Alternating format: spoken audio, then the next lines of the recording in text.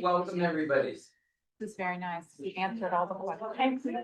Very thank you all for coming. My name is Rich. I'm the library director. And I want to make a quick plug for our amazing art auction going on right now. We have over 40 local artists showing.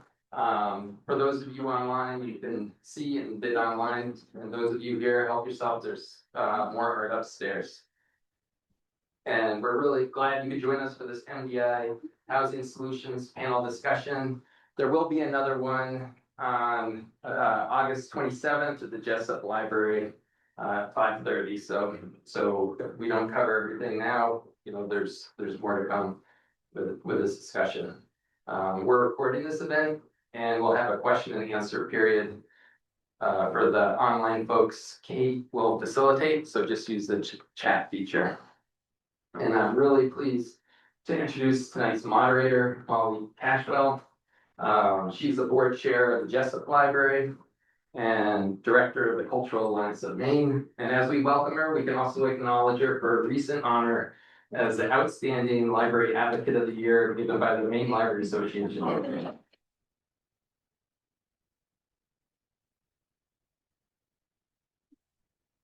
you so much. Is this doing okay for everybody to hear it online? Okay, great. Yeah, thank you so much. It's a huge honor to be invited to moderate this panel by Rustin Group and others who have been, you know, keeping the dialogue going, and also getting into some of the really nuanced topics around housing, because it is a very complex topic, needless to say. So today we're here to talk about what does it mean to cultivate a YIMBY culture. We all know NIMBY, not in my backyard. It's been around forever. So what does it take to move on from that and say, what does YIMBY look like? What does it take to say yes in my backyard? So we're really grateful that you're all here to talk with us. We'll have a panel discussion for, let's say, 40 minutes, and then we would love to hear from folks that are online or in the audience today as well. So one thing I just want to establish, this is such an emotional topic. We're all affected in so many different ways. We all have feelings about things that have happened in the past or are happening now. Something that we're going to agree upon together is, you know, we're going to come at this from a position of compassion and understanding for all positions. Everybody's acting from a place of love of community, even if, you know, that seems NIMBY or whatever. It's all about we love our community, we want the best for it. So we're going to be really thorough on issues and completely soft on people and everybody that's involved in loving our community and helping good, affordable, attainable housing happen. So thank you for that. I am going to let everybody here introduce themselves, not only their names and their positions currently, but also what is their role in making housing happen that is attainable for median income folks. So maybe we'll start with you, Callie. Sure, sounds great. My name is Callie Martinez. I work for the town of Bar Harbor. Oh, yeah, sorry. Thank you. My name is Callie Martinez. I work for the town of Bar Harbor as their housing and community planner. My role is, I would say, primarily three things. So I help implement the town's housing policy through their housing policy framework, but also any policies mentioned in the comprehensive plan. So for example, I would lead any land use amendments to revise their zoning to allow more housing to be built. I also coordinate for the town on the Town Hill Affordable Workforce Housing Project, which is a real project that will eventually happen in Town Hill to create some affordable workforce housing for the island. And I lead that for the town, and I work with the National Park Service, which currently owns that land right now. And I would say third, I also work on coordinating regionally with and doing panels or things like this, because housing and is overall doesn't only affect one town, especially MDI as an island. Every decision has ripple effects. So that's also part of my job, is to coordinate with regional partners. Hi, everyone. My name is Sherry Billings, and I am the Executive Director at Island Housing Trust, where we promote viable year-round communities on MDI through advancing workforce housing solutions. So what that looks like can be a variety of different things. When we started out, we had a program called HOPE, and that is what we did in the community. And that program helped us to be able to grant funds to people that were hoping to buy a home that helps them defray down payment costs. And in exchange for the money that we would give them for their down payment, we would put covenants on the home that keeps the home affordable in perpetuity. So from that, we branched out to actually becoming housing developers ourselves, and we have developed a number of communities at this point. We have a development going in right now in the Pretty Marsh area, the Ripples 3 community, which is the third phase of a community that we've been working on, a neighborhood. And that we have people moving into that in the fall. 9 families will be moving into that community. So we really want to take a look at housing as a whole on this island. Our catchment area is the entire island. We don't develop at all. We have a bright line around that. We don't develop at all off the island, but anywhere on the island is a place that we would look to create housing. And the housing that we build now, again, we use covenants to preserve the investment that we make in the properties. I think probably most folks know that one of the issues that we have here with housing being so difficult for people to attain is that the cost of housing on the island is astronomically higher than it is anyplace else.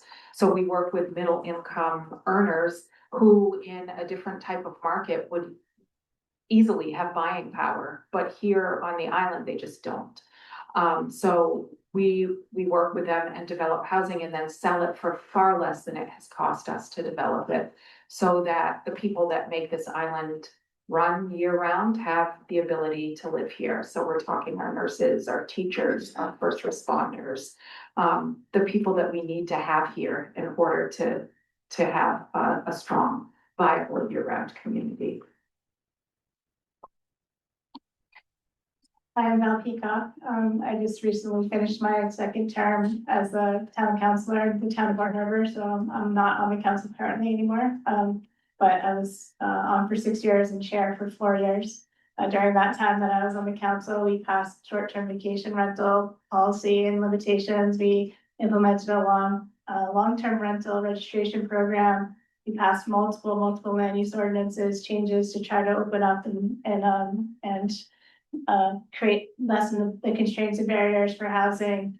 We oversaw a comp plan. We started a sustainable tourism task force. So I've been pretty involved in looking at the big picture of what we're trying to do, creating the visions and policy and plans, as well as trying to actually create those policies and get them passed through town meetings to start to do some of the work. I also, my husband and I, Tobin and I, also own Peacock Builders, so we've been building houses on the island for the last 25 years and have a lot of experience with what that means and what that looks like as well. Hello, I'm Noel Musson. I'm principal planner at the Musson Group, right here in Southwest Harbor. We are engaged in the housing realm from the ground all the way through policy development. We work with folks to try to get housing developments built and planned and permitted. But we also spend a lot of time with municipalities working on regulatory policy discussions, and on a larger context, we also are working region-wide to facilitate conversations about housing with all of the towns. And we started the MDI Housing Solutions Initiative, which is sort of an opportunity for sharing information and communication between a variety of different housing partners here on MDI and in the region. So happy to be here. Thank you so much. So we have all of this expertise and experience, from somebody who's been responsible to the voters and establishing policies and plans, and the staff who then executes that according to zoning and other legal requirements. We have the nonprofit that's filling this absolutely essential role in making the market and the numbers work. And then we have, somebody who's involved in every aspect of the process, it sounds like, in so many different ways. So just to kind of get a framework for, when we talk about a NIMBY response, how does someone in your position encounter that? Like, what does that actually look like? How does that come into play when a project is trying to get off the ground, when, we all recognize the need for it? So what does that look like? We can just maybe touch on that briefly with each of you, and then we'll move into what does a YIMBY response look like? So I start, Callie? I guess before I get into the responses, I just want to reiterate what Molly said in the beginning, is that the factors that I'm going to talk about, I believe there's a lot more nuance to it, and I wouldn't categorize these necessarily at, like, when I'm talking to a person as a NIMBY, because that's gonna, cut off an actually productive conversation. So I just wanted to say that again before we start talking about these NIMBY responses. So I would say I would categorize a NIMBY response into 3 primary categories. So if a housing project comes as a proposal, some people could be concerned with financial concerns, which that would translate into, is this project gonna lower my property value? Or is this project gonna raise my, could be a fear with the project. Or it could be categorized as maybe worries about a neighborhood nuisance concern. So that could translate into, I'm worried about parking or traffic, or I'm worried what the neighborhood character could be if this project comes to be, or noise, or some kind of environmental concern. And I would say the third, another fear that could come into play is just the fear of the actual person proposing the project. So maybe a person is skeptical of this developer for whatever reason, that they don't trust them. Or they're concerned about who's gonna occupy that housing, who's gonna live there, are they gonna upkeep the property, am I gonna like them, or et cetera, et cetera. So again, financial concerns, neighborhood nuisance concerns, and then stereotypes of who's gonna benefit from the property. I'm not sure what a person could really add to that. Thank you, Kelly. I think those are all the things. And I think usually that comes from a place of fear. How is my quality of life going to change because this development might be coming into my area? And that is a reasonable concern for anybody to have. So I think when I think about NIMBYism, I don't think about it in terms of there are some people out there that don't want things to happen. Yeah. I think it's just a natural response to change. Change is rough. And I'm going to tell you a little story right now about that. And I'll tell you, my background is that I have worked in promoting housing for a very, very long time, decades. Before I came to Island Housing Trust, I was the executive director at Habitat for Humanity, Hancock County. And prior to that, I worked primarily with people who had experienced domestic abuse and violence. And so we helped them get into both transitional and long-term housing. So I've been working on this for a long time. I've been a champion of affordable housing, and was living in a community where I heard that there was a workforce housing project coming in that was going to bring 45 units of workforce housing. And I was like, this is great. This is fabulous. I think we should approve this. I went to hearings. I went to planning board hearings. I thought this is wonderful. And then I found out where it was going to be. And I found out it was going to be right around the corner from me. And my immediate response was like, well, no, not there. And how quickly I went from thinking about other people and their need for housing to me and my need for what? My need for what? So I had to really break it down for myself. What is it that I'm really concerned about here? Because I immediately, it's like, people are going to be driving on my road. That's what roads are for, Sherry. People drive on them. There's going to be more people in the neighborhood. It's a very quiet neighborhood. That really wasn't a problem, but I had all of these issues that came to the front, and I realized, oh, this is what happens for everybody. This is what happens for everybody. How is my quality of life going to change? And in a little bit, I'll tell you how I kind of transformed my own thinking on that. Just to add what I agree with these stories and what Kelly set us off on, I would also just add that there's kind of, from the town council perspective, there's a response that's reactive. So a lot of times we know we have zoning and limitations in our, where we live, but we often don't understand what's allowed in that space until it starts to be built there, right? So when things that are new that don't exist in places are being proposed, that often causes a reaction, like, I didn't know something like that could be built right next to me. And I'm not ready for that, or I didn't know that was a possibility, right? So there can be a very reactive response. And then there's also a hypothetical response. So when we're doing policy work, what could possibly happen if you loosen things up comes up as a response as well. So when we, like, recently, and actually this last election cycle, we eased some of the barriers for the constraints, the zoning constraints for building houses, including the minimum area per family. And so as that happens, we all think that's a good thing, right? Like, we wanna incentivize more housing, we wanna make more housing happen. But there's a lot of hypothetical thinking of, like, what does that actually mean? What is gonna happen next to me? So it's not reactive to a specific project, but it is reactive to hypotheticals. And so you see that sometimes in that sense of, a lot of times the reactions are reactive to one specific project that no one thought could ever happen next to them, even though it's a perfectly allowed use there. And then the other is that sort of hypothetical, what if we do this, then all this is gonna happen to us.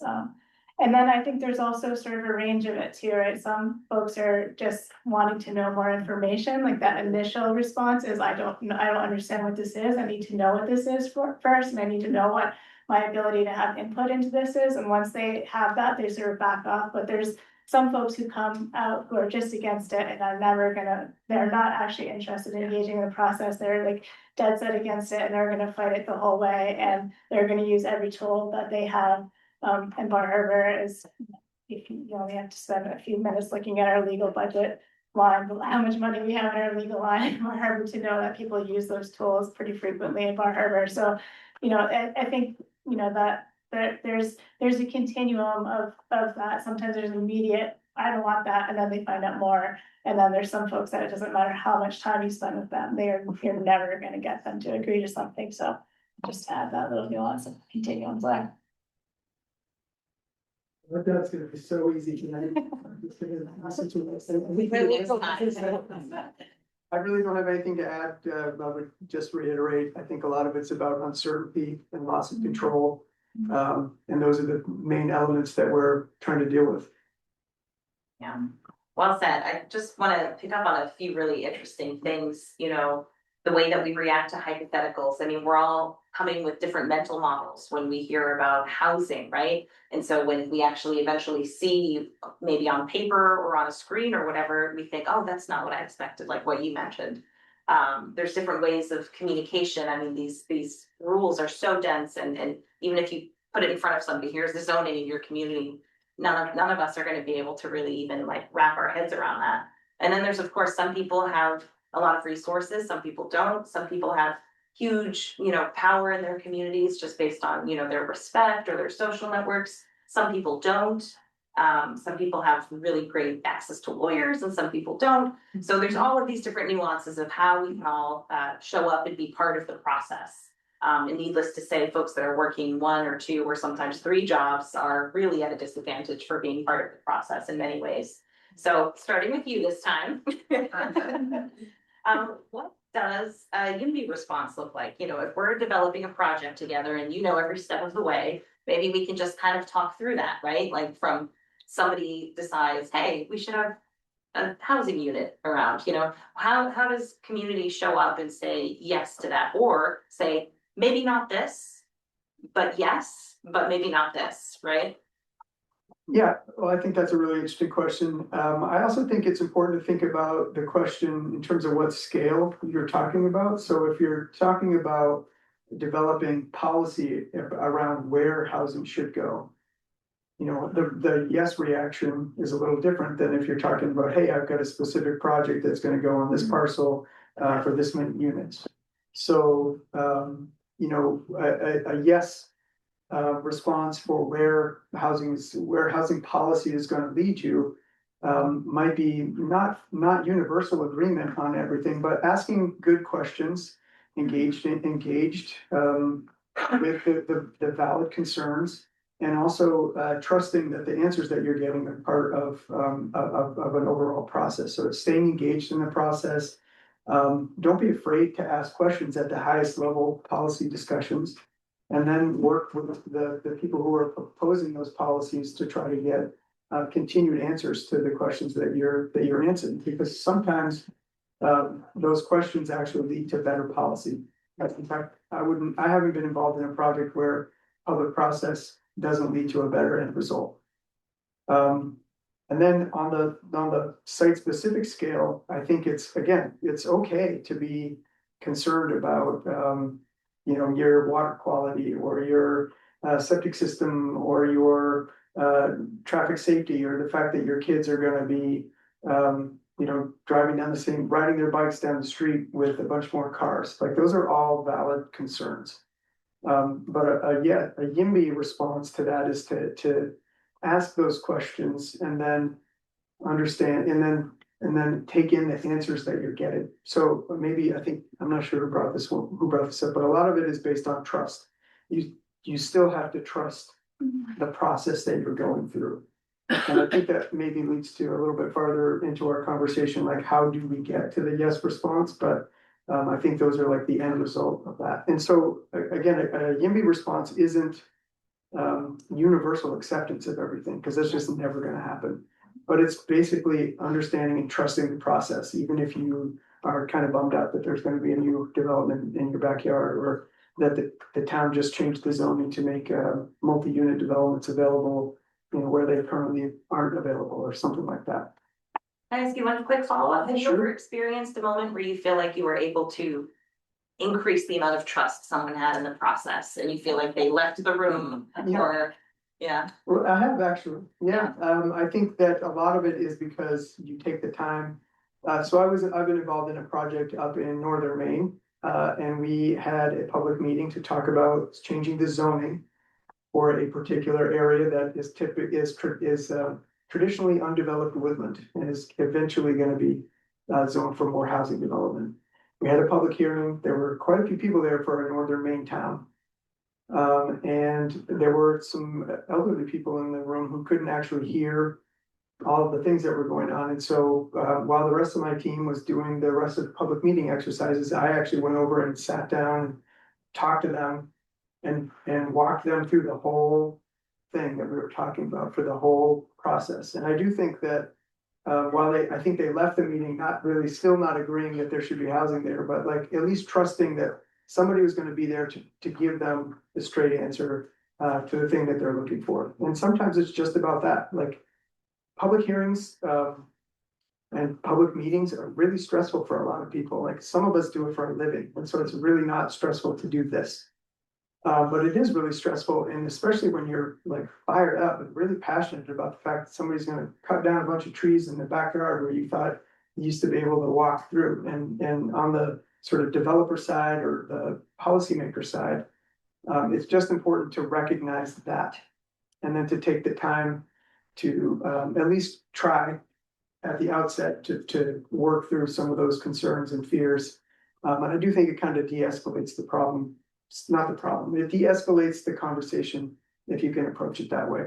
So you kind of made the conversation smaller and feel more one-to-one rather than. Yeah, sometimes you gotta read the room and figure out, like, okay, these are people that, actually with them, you could tell they were not engaged in the conversation, because the gentleman was very loud and saying, I can't hear, but, he dominated the room. So, again, this is maybe the consultant side of me coming out, but you're like, okay, but we have the situation we need to address. And we're going to address the situation in a way that is going to also allow the rest of the conversation to occur in the way that it was supposed to occur, but a very productive one nonetheless. I would agree that a YIMBY response makes everybody learn and makes projects better. Even when people there are so many times where people would come to public comment or write emails and ask a question that I hadn't thought about, or I didn't realize, like, sometimes really deep in the weeds of nuance. But learning about those things and asking those questions myself to the staff and making sure that we're doing things right is always made things better. So I think there's, like, you know, you're asking questions, you're trying to learn more, you're leaning in.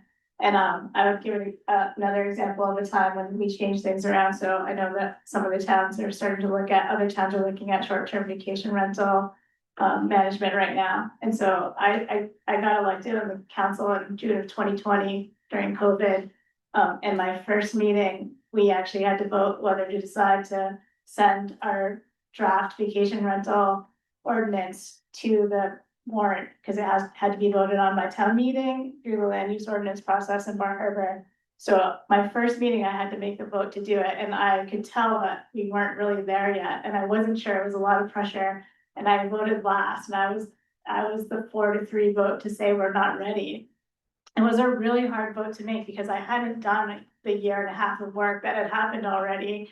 But it was really clear to me in the conversation that we weren't really ready. We still had questions.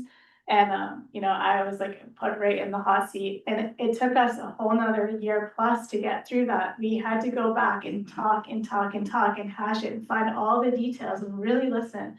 The council and the planning board were not on the same page. We had to do mediation in the middle of it because we were struggling through like how to handle it.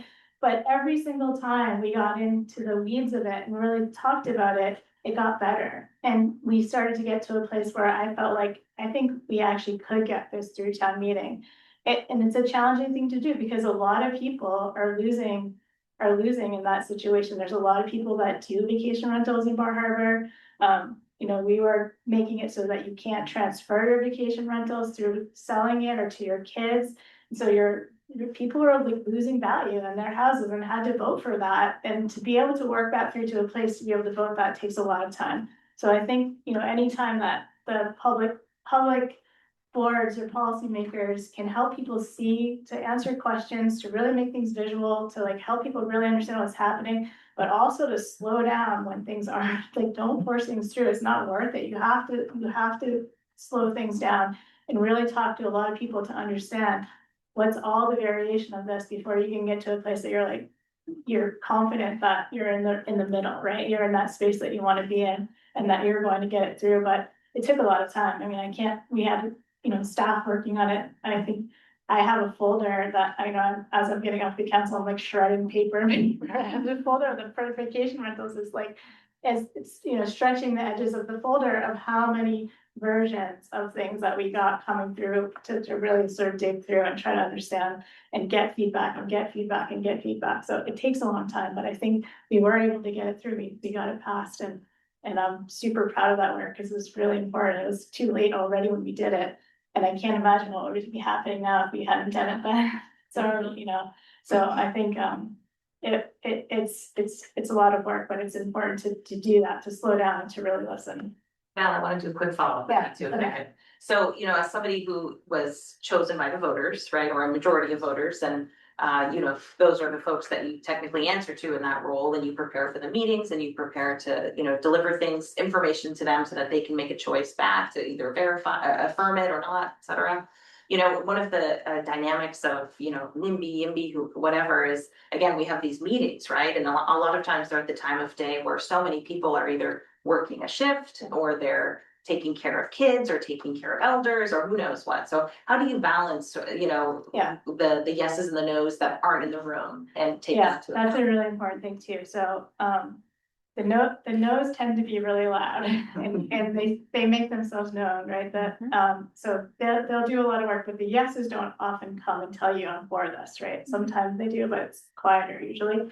And there's a lot of missing voices there. So I think it's really important to reach out, like to actually go out and talk to people outside of those public spaces and get perspective. So that was something for me. You know, I'm on the town council, but I live in my community. I'm around my community all the time. I have friends in my community. And, you know, when that was happening, I had friends who had vacation rentals. And I knew that they were really worried about what was happening. And so I just started asking them questions and talking to them about it, right? Just like, this is what we're thinking. What do you think about this? Like, what does this really mean to you? Because these are my friends, right? Like, these are people I know and who I care about, and I can see what they're doing. They're not like some corporate from away people that I've never seen before. These are the people that when I put this policy forward is going to affect. So I started to like ask my friends about it, and we had some hard conversations, you know, there are times, and that's the thing too, right? The people that are voting for this and putting this up, like, this is a very personal thing, people react personally too, right? So the NIMBY space can also be really hard on individual people, you know, who are trying to do work for the collective good. And who some people are, you know, not happy about what's happening because it's gonna impact them. And it comes back in a personal way, right? That we're, you know, corrupt, or that we're not, you know, we're only serving certain parts of the community, or that we don't care, all like, I've been called a lot of names, and you have to sort of absorb, but I think for me, a lot of the work that I did between those meetings, it's not just the emails, it's not just the public comment, those do matter, and I read all of them, and I listened to all of them. And sometimes people would come in public comment, and I would call them afterward, I wanna learn more about what you just said, can you help me understand this more? But even then, like, just digging in, like, who are the voices that we're not hearing from, and how do we just find those people? Like, we all know who they are in their community, you can just call them up or go see them, right? So I did a lot of work in that case to like really reach out, but you know, everyone knows that we're really polarized, and that there's some really intense edges of things sometimes. And sometimes there's no voice of the middle, like we don't hear it at all, we just hear the edges, and that's it. And you know, I represent Bar Harbor's 5,500 residents, there's thousands of people, and you might get 60 emails about something, so it's not necessarily, that's a lot of emails, but it's not everybody, not even close. So, you know, really have to sort of dig into and not just take who comes at you. But you know, I some of my friends were pretty bummed up with me for the vote that I made to recommend the short-term vacation rental because it affected them. And it's hard to do. Boy, it is hard to be in this position. What I was gonna say is that I think a YIMBY response is community-wide showing up and asking your questions, showing up and sharing your concerns, because that's the only way we can begin to work through them together, which I mean, I know that that's something that we're happy to do, and I think a lot of developers are happy to do that. For my own self, when I had my own internal NIMBY response to the housing development that was coming near me, I had to ask myself what my real fears were. What am I really afraid of? And the answer was more people. And then I had to ask myself, well, what do you suppose these people are going to be like? And so I challenged myself to think realistically, what are these people going to be like? And then I found that I had a more positive regard for the people when I started thinking, okay, they could be teachers, they could be business owners, maybe we'll get new restaurants in town, maybe we will be able to fill that position at the library that we couldn't fill for such a long time. You know, there are so many positive things that people bring. So thinking about it in terms of who are these human beings that are going to be moving into my community, and what positive aspects will they bring to our community, rather than thinking about myself and my own life and how I was going to be impacted. And I'll tell you a time when I worked not on this island, but to kind of shift a NIMBY response. I was working at a domestic violence program, and we were planning some units of permanent housing. And we were really excited about it, and we heard that there was a lot of concern in the community about what we were doing. And we were getting lots of calls, lots of emails with people not liking this. So we held a meeting and said, come and tell us. And what we discovered was that they thought that what we were doing was bringing a 24-hour domestic violence shelter into their little neighborhood, which is not what we were doing at all. We were bringing housing, long-term housing for people, not people who were in a domestic violence crisis, because what these people had imagined is a 24-hour facility where there would be police there all the time, there would be dangerous people trying to beat down the doors, and then it was going to just horribly impact the safety in their community, and that's not at all what we were planning. But through the grapevine, that's what their understanding was. So sometimes just sitting down and talking to people, inviting that conversation, so that people can share what their concerns are and what their fears are and have misunderstandings cleared up, really, really makes a difference. I think lots of times there's some aspect of misunderstanding about what intentions are or what the impact is going to be. So that's what I would add. Let's see what you. Hold on, follow up for you too. Okay, all right. Not that, I can't wait to hear what Hallie's gonna add. Well, I just wanted to say, one of the things I love about IHT is you do such beautiful storytelling about housing. I think this is one of the big, we've all touched on this, one of the big YIMBY, NIMBY, deciding points is we all have different mental models. If I say a home attainable to median income folks, there's like, 40 people in the room and there's 40 different images of what that means. So I'm gonna ask you a hypothetical. If you magically suddenly had an unlimited budget for storytelling, whether it's visual, whether it's writing, whether it's film, whatever, what would you do? What do you think would be helpful in this moment to give us all kind of a better model? I love this. I love this question. If I had an unlimited budget, I would certainly do something visual where I have had the delight of meeting a bunch of homeowners. And so I know who these people are. I know what they're bringing to the community. I know what being anchored in place will allow them to bring even further to our community. So when I meet these folks, I always think, boy, I wish everybody could know who they are. Because when we think about who's moving into the community, we conjure up a picture and it's often very inaccurate. And so thinking about being able to bring the actual stories of people in a visual way so that people can see that and meet the homeowners that we have, that would be really incredible. We, in the development that we're doing now, as I said, 9 families are moving in and they are a cross section of our community. One of the people is a doctor.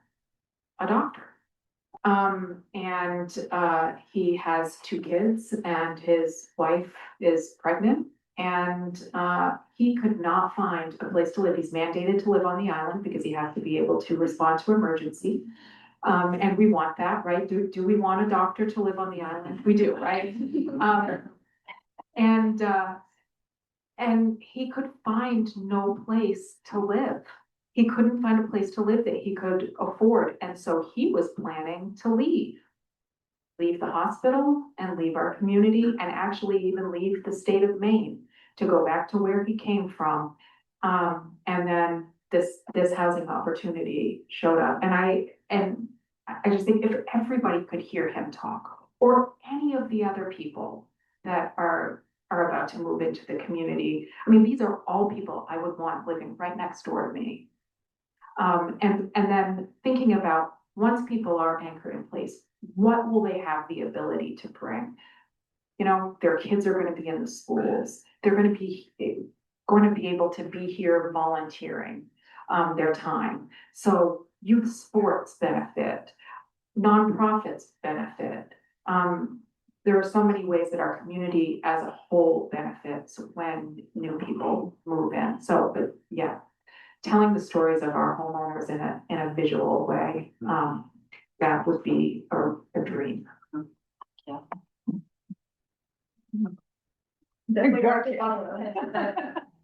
I think I'm just gonna reiterate what I think we all said, and I think what we're all saying is that to be curious, to not assume bad intentions is absolutely key to a YIMBY response. And there's nothing wrong with asking questions, because if there's anything that I've learned through working with the planning board and talking to my friends, I have a friend that didn't even know what a subdivision was. And there's people that don't know what zoning is, and in Bar Harbor, our zoning is so complicated. And to assume that they can understand it, I never do that. And just to tell a story, when I first started working for Bar Harbor, there was a project being proposed. And there was this couple that was really concerned that lived right next to it.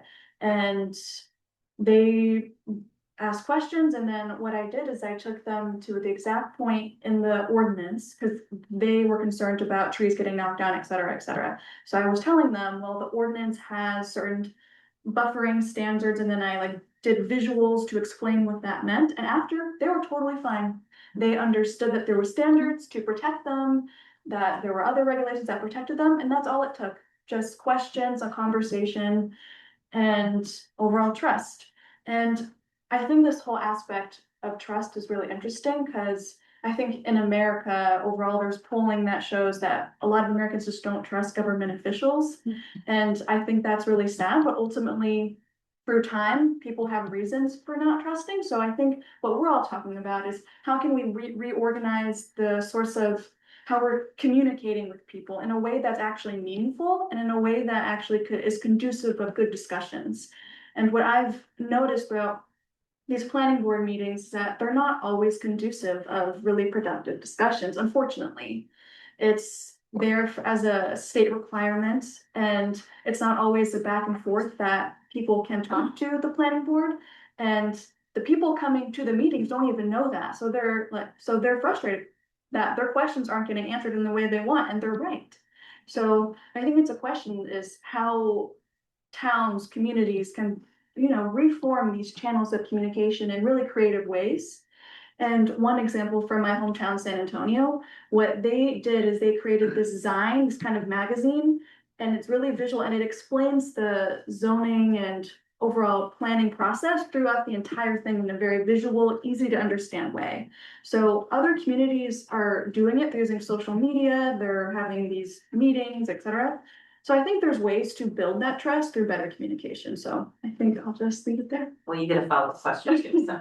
I love everything you just said about the power of creativity and dialogue and rethinking the ways that we gather. You and I've talked about this, that's my whole jam. I just wanted to go in the other direction. A lot of times we can see how much people are craving, especially again, the folks that maybe can't always show up to the meetings because of many reasons, or maybe don't want to, or who knows.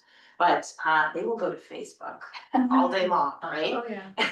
And so I'm wondering I'm just curious, how does that kind of as a third dialogue space where probably the worst forms of maybe, NIMBYs have come up, and, the misinformation spreads and, just certain things kind of take off and run wild. Have you found any effective ways of channeling that, or just moving that into more productive channels? Or could you envision totally new ways that kind of allow for that, if you're at home, if you can't make it out, have your voice heard, but maybe something that's a little bit less of like a 360 comment section on somebody's post in a Facebook group or whatever?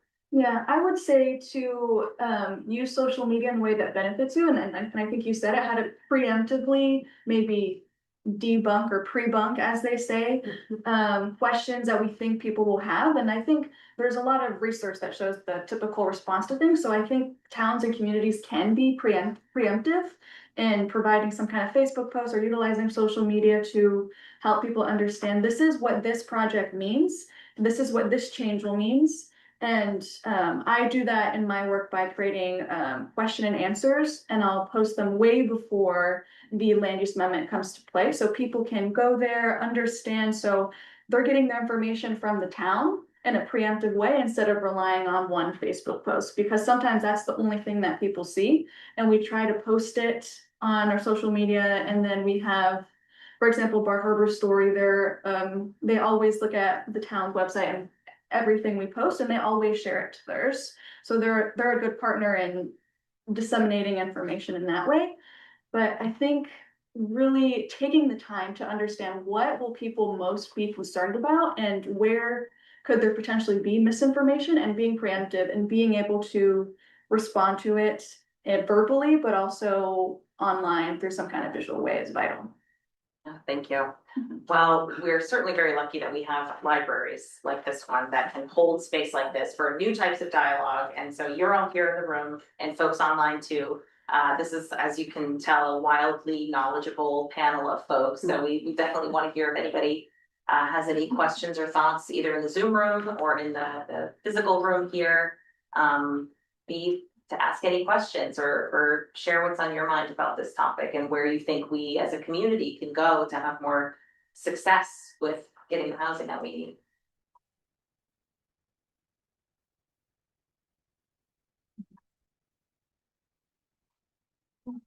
Thank you, and thank you to all the panelists, this is fascinating and a lot of great information. I actually really have I heard the word short-term rentals, and I think it's just a huge, huge topic, like you were discussing. For all of our communities, and I was just wondering, are there strategies, I heard Housing Trust talking about sort of protections of like keeping things, covenants to sort of protect things. Were there some lesson learned of what things worked, that you could give to other towns? I live off island on a town that is impacted by this a lot and is gonna be launching into it. And what strategies did you use both in communication, but also lessons learned and what really might have worked having done it, for some time? Go propel. Yeah. Okay, so one thing is we live in vacation land, which I really don't like that it says that on our license plates.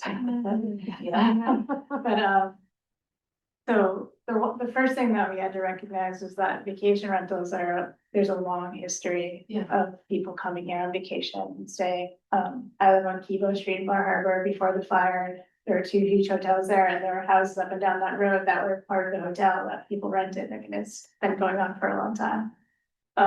And so, and understanding too that it's not easy to live here, that it's expensive to live here, that we're paying for the infrastructure that tourists need here.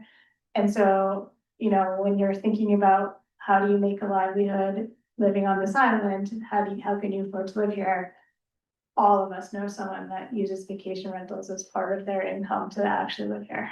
And how many people know people who move out of their house in the summer and they live in their mother's apartment over their garage, or they move into a camper and campground all summer long and rent their house so that they can just live here in the winter and afford to live here, right? Not because they're trying to get rich or they're just trying to live here, right? So one of the things that was really important for us was to really understand how many vacation rentals we have in our town, who has them, how many people have just one, how many people have 10, right? There's a difference between how many people who own them live in our town and how many of them live away or, live in other places. And it's hard to do that because a lot of people own property in LLCs and all those things, but we did do a lot of work to actually try to understand what's actually going on for vacation rentals in our town. And then try to think about how can we craft policy that is doing what we want it to do? Like, what do we really want this policy to do? Do we want to just completely ban and limit every vacation rental from now and forever? Or is there some room to think about how we're actually have been using, what are maybe some good ways to think about how can tourism help us be the best that we want to be in our town, right? So can vacation rentals be part of that? So we actually end up, and this happened before me with smarter people. I was already like this when I came on the council, but it had already been figured out that way. We made 2 classes of vacation rentals, a VR1. That's if it's an owner occupant, it's a vacation rental that is being rented by someone who owns the house, who it's their primary residence. So they're renting a room, they're renting the apartment over the garage, they move out for the summer, but that's their primary residence. And so those are unlimited in Bar Harbor. There's no limits on those. So we created a separate class honoring that this is a part of who we are. And then we talked about VR2. So those are ones that are owned by people who don't live in our town. It's not their primary residence, or they might live in our town, but they own 5 or 6 houses in town. It's not their house that they live in, right? So we limited those. So that was one thing that we did. And I think taking the time to really understand what are the actual concerns. We didn't really do a lot of work in our town to say, where do we want these? Are there places where they're okay, more okay than others? We pretty much just kind of honored where they already were, which was everywhere. And so we didn't really limit too much of them in that way, but that's something you could also look at too, right? And thinking about that. So I think in the communication, it was a pretty hot topic in town because a lot of people are in. So we had quite a lot of people coming out to meetings and public meetings, and we had meetings in the community.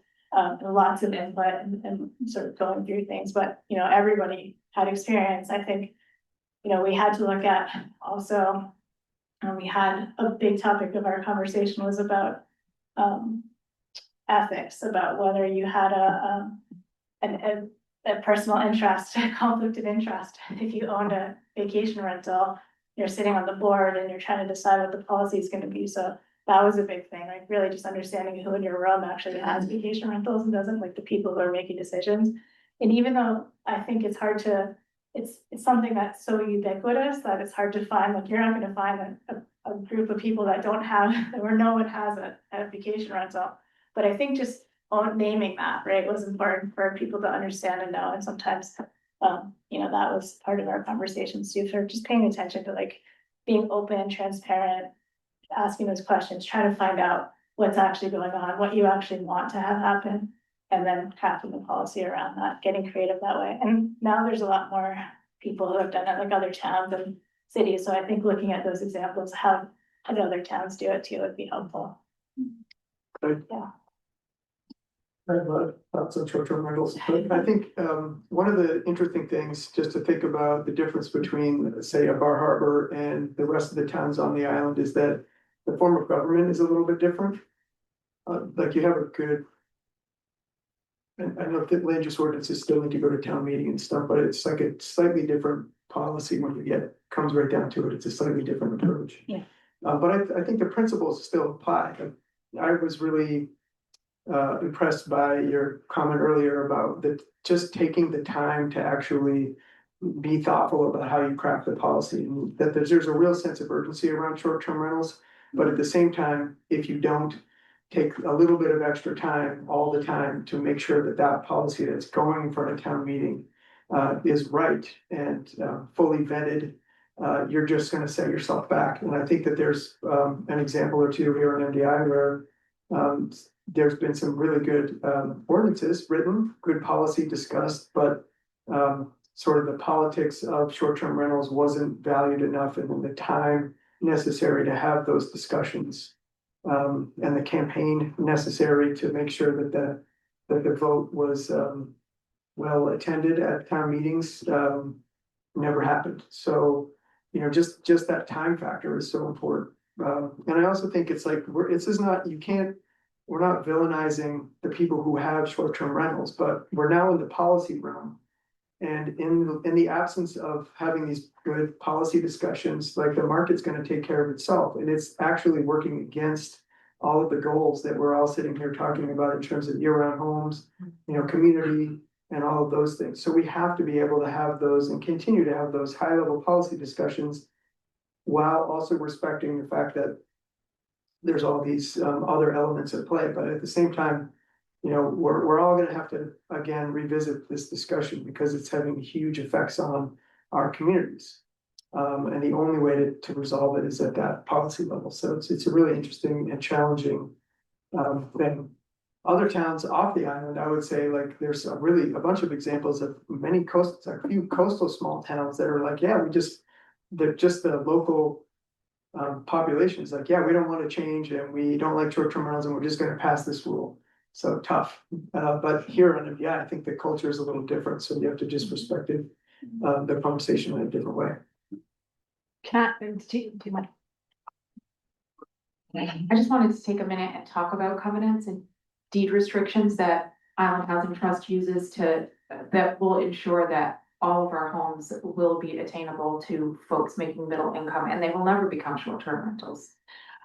So when somebody buys a house from Island Housing Trust, they agree to have covenants put on the house, and these are deed restrictions that say a few things. It says that they must live in the house. They must make some amount of their annual income from work done on this island. That they must agree to a right of first refusal for Island Housing Trust. So if they decide that they want to sell the house, we have the right to buy that house back if we choose. And then they agree to a resale formula that caps what the maximum amount is that the house can be resold for. And that resale formula is set by area median income. So as the area median income goes up, the resale formula cap goes up. It's not tied to what the market will bear, but what can a median income person afford to pay for a home? So those restrictions, some places have deed restrictions like that and they last only for a certain number of years and then they go away. Our deed restrictions last in perpetuity. So I just wanted to add that. There is a misunderstanding, I think, oftentimes that people think that if you have an Island Housing Trust home, then you're not building equity, and that is not true. People still are able to build equity. People still receive a benefit when they sell the home through that resale formula. I think the last resale that happened, the homeowner had lived in their house about 7 years and they made roughly $100,000 on that sale. Which could they have made more if they could have sold the house for whatever the market would bear? Of course, but that doesn't allow us to pass that investment on to the next person. Could I just add one more thing? I'm sorry. I also think it's important to note that all of our towns are gonna be addressing new state laws that are allowing more density, which is a good thing. But on the flip side, what the state didn't do was say what you had to do with that density. And so some questions that we need to ask when we're, working with planning boards or with policymakers is, hey, as we're allowing this new density, should there be restrictions on some of that would require that new flexibility to be year round instead of short-term rental? And I think that's something that we're all gonna have to wrestle with. So I just wanted to point that out, that it's important that we also start to think about, how this new all these new state laws are actually could be used in a good way, but also how do we create policies to help further the issue that we're trying to deal with as it relates to short-term rentals.